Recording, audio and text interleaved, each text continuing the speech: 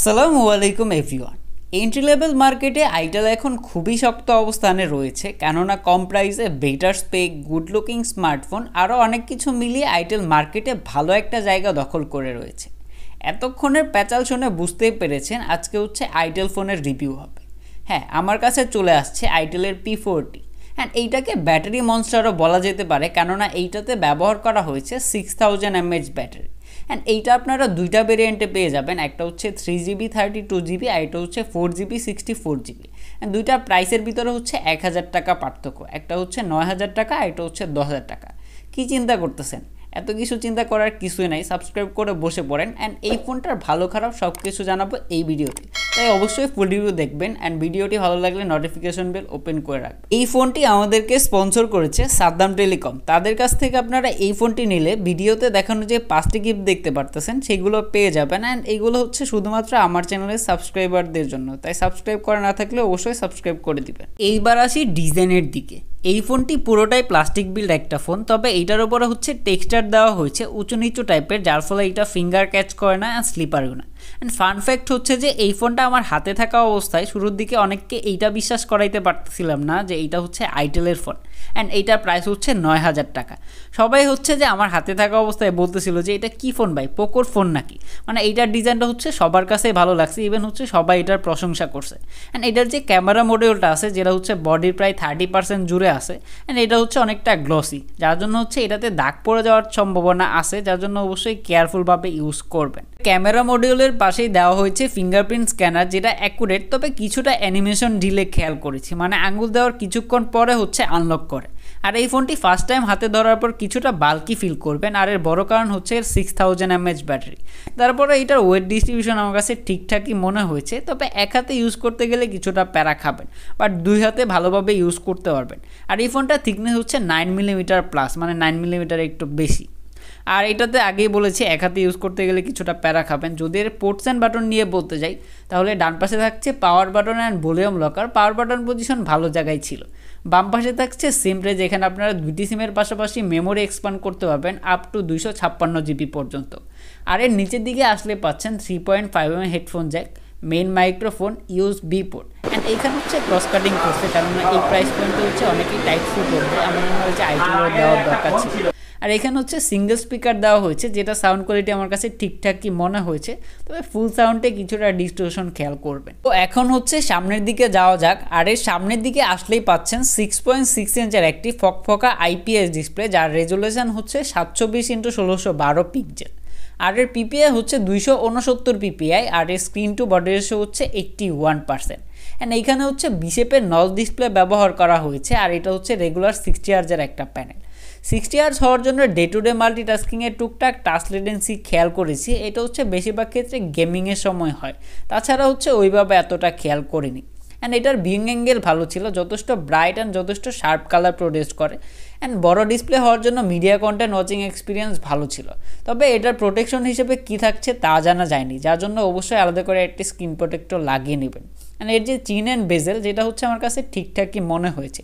আসলে এই প্রাইস পয়েন্টে এটা নিয়ে কমপ্লেন করার কিছু নাই, তবে এখানে হচ্ছে বিশেপের জায়গায় যদি 500 দিয়ে দিত তাহলে আরেকটু ভালো হইতো। অ্যান্ড এটার পিক ব্রাইটনেস কত তা জানা যায়নি, তারপরে হচ্ছে আমার কাছে মনে হয়েছে 400 নিটস এমন হবে। অ্যান্ড এটা যথেষ্ট ব্রাইট হয়, ইনডোর অ্যান্ড আউটডোরে ভালোভাবে অপারেট করতে পারবেন, কোনো রকম প্রবলেম হবে না। তবে ডিরেক্ট সানলাইটে গেলে হচ্ছে অনেক প্যারাতে পড়বেন। এইটা হচ্ছে আমি ইউজ করতে সময় হচ্ছে আজকে বেরোইছিলাম, রোদে গিয়ে হচ্ছে এটা ভালোভাবে ইউজ করতে পারবেন না, মানে ফুল ব্রাইটনেস দিলেও ডিরেক্ট সানলাইটে হচ্ছে কিছুটা প্যারা খাবেন। ফোনটির রেয়ারে থাকছে ডুয়াল ক্যামেরা সেট আপ, যার মেইন ক্যামেরাটি হচ্ছে 13 মেগাপিক্সেল, আরেকটা হচ্ছে AI লেন্স। আর এর ফ্রন্টে থাকছে 5 মেগাপিক্সেলের সেলফি ক্যামেরা। অ্যান্ড এইটা দিয়ে আপনারা সর্বোচ্চ 1080p দিয়ে ভিডিও রেকর্ড করতে পারবেন। অ্যান্ড ভালো ব্যাপার হচ্ছে যে এইখানে আজেইরা কোনো মোড দেওয়া হয় নাই, মানে দরকারি যেগুলো লাগে সেইগুলোই দেওয়া হয়েছে। যদি এর পিকচার কোয়ালিটি নিয়ে বলতে যাই, তাহলে ডে লাইটে এটা যথেষ্ট শার্প ইমেজ ক্যাপচার করা অ্যান্ড ছবিতে বেশ ভালো পরিমাণে ডিটেলস ধরে রাখতে পারে। তবে লো লাইটে গেলে কিছুটা প্রবলেম করে, অ্যান্ড ছবিতে হচ্ছে গ্রেনের দেখা পেয়েছে অ্যান্ড ডিটেলস কিছুটা লস হয়। অ্যান্ড এইটা দিয়ে যখন ছবি ক্যাপচার করবেন তখন হচ্ছে যে হাতটা স্টেবল রাখতে হবে, মানে শেক করলে হচ্ছে ছবিটা ব্লারি হয়ে যায়। অ্যান্ড এইটার কালার সায়েন্স নিয়ে বলতে গেলে আমার কাছে ঠিকঠাকই মনে হয়েছে, তবে আরেকটু পাঞ্চি কালার হইলে দেখতে ভালো লাগতো। এটা হচ্ছে ন্যাচারাল কালারই প্রডিউস করে, আবার কিছু কিছু সময় হচ্ছে ফ্যাকাশে। অ্যান্ড এইটা যে পোর্ট্রেট মোড আছে যেটা হচ্ছে আমার কাছে এতটা ভালো লাগে নাই, মানে হচ্ছে হিউম্যান ফেসের যে পোর্ট্রেটগুলো আছে এগুলোতে হচ্ছে এই ডিটেকশন পারফেক্ট হয় না, মানে হচ্ছে চুলের ইভেন হচ্ছে দাড়ির যে এরিয়াগুলো আছে এগুলোতে হচ্ছে ব্লার করে ফেলে। অ্যান্ড হচ্ছে সাবজেক্ট ছোট হইলে কাছে থেকে তুললে ঠিকঠাক পোর্ট্রেট ক্যাপচার করতে পারে, বাট দূর থেকে তুললে হচ্ছে ভেজাল করে। আমার মনে হয় যে এটা সফটওয়্যার আপডেট দিলে ঠিক করা যাইতে পারে। এটা হচ্ছে পোর্ট্রেট মোডে কিছুটা ঝামেলা আছে। অ্যান্ড এটা যদি ফ্রন্ট ক্যামেরা নিয়ে বলতে যাই তাহলে ফ্রন্ট ক্যামেরা ঠিকঠাকই আছে, প্রাইস পয়েন্ট অনুযায়ী বেশিও ভালো না আবার একেবারে খারাপ এরকমও না, যথেষ্ট ভালো পরিমাণে ডিটেলস ধরে রাখতে পারে, ভালো হলেতে ভালো ছবি তুলতে পারবেন, বাট লো লাইটে গেলে কিছুটা প্রবলেম করবে। অ্যান্ড যদি এটা ফ্রন্ট পোর্ট্রেট নিয়ে বলতে যাই তাহলে আমার কাছে ঠিকঠাকই মনে হয়েছে, তবে এটাতে হচ্ছে এই ডিটেকশন একেবারে পারফেক্ট না, তবে প্রাইস পয়েন্ট অনুযায়ী এটাতে কমপ্লেন করবো না। আন্ডার দ্য হুড এইটাতে ব্যবহার করা হয়েছে ইউনি এসওসি 9860A1, যেটা মূলত 28 ন্যানোমিটার থ্রেডে বিল্ড করা। আর এই জিপিওতে ব্যবহার করা হয়েছে পাওয়ার VR-GE8320। অ্যান্ড এইখানে আপনারা র্যাম রোম ভেরিয়েন্টে পাচ্ছেন 3GB RAM and 32GB internal storage. আর এই স্টোরেজ টাইপ হচ্ছে eMMC 5.1। অ্যান্ড এটার আরেকটা ভেরিয়েন্ট আছে যেটা হচ্ছে 4GB RAM and 64GB internal storage. Performance নিয়ে বলার আগে এইখানে বলে নেই, এইখানে যে চিপসেটটা ব্যবহার করা হয়েছে এইটা হচ্ছে আইটেলের জাতীয় চিপসেট বলা যায়, কেননা এটা হচ্ছে তারা তাদের সকল স্মার্টফোনে ব্যবহার করে থাকে। অ্যান্ড এইখান থেকে হচ্ছে আইটেলের সরে আসা দরকার, কেননা এই প্রাইস পয়েন্টে অনেকে হচ্ছে এইটার থেকে বেটার চিপসেট দিতেছে, অ্যান্ড তাদেরও এই কাজটা করা দরকার। যদি এটার পারফরমেন্স নিয়ে বলি তাহলে এটা দিয়ে বেসিক কাজকর্ম যেমন হচ্ছে ইউটিউব দেখা, অনলাইনে ক্লাস করা, টুকটাক সোশ্যাল মিডিয়া ব্রাউজিং করেন যারা, তাদের জন্য ঠিকঠাক আছে। বাট এটা দিয়ে হচ্ছে হেভি মাল্টিটাস্কিং করলে এটা আসলে লোড নিতে পারে না, ইভেন হচ্ছে ল্যাগ বা হিকাপের দেখা পেয়েছি। অ্যান্ড এটা যে অ্যাপস ওপেনিং স্পিড যেটা হচ্ছে আমার কাছে স্লোই মনে হয়েছে। অ্যান্ড এইখানে হচ্ছে আরেকটু বেটার চিপসেট দিলে আমার মনে হয় যে আরেকটু ভালো আউটপুট পাওয়া যেত। অ্যান্ড গেমিং নিয়ে যারা চিন্তা করতেছেন, যারা আসলে গেম প্লে করেন, তাদের জন্য অবশ্যই এই ডিভাইস না। অ্যান্ড এইটা দিয়ে আসলে যে গেম প্লে করা যায় না এমন না, এটা দিয়ে গেম প্লে করতে পারবেন, বাট এন্ট্রি লেভেল যে গেমগুলো আছে যেমন হচ্ছে free fire, subway surfer, temple run, এগুলো খেলতে পারবেন।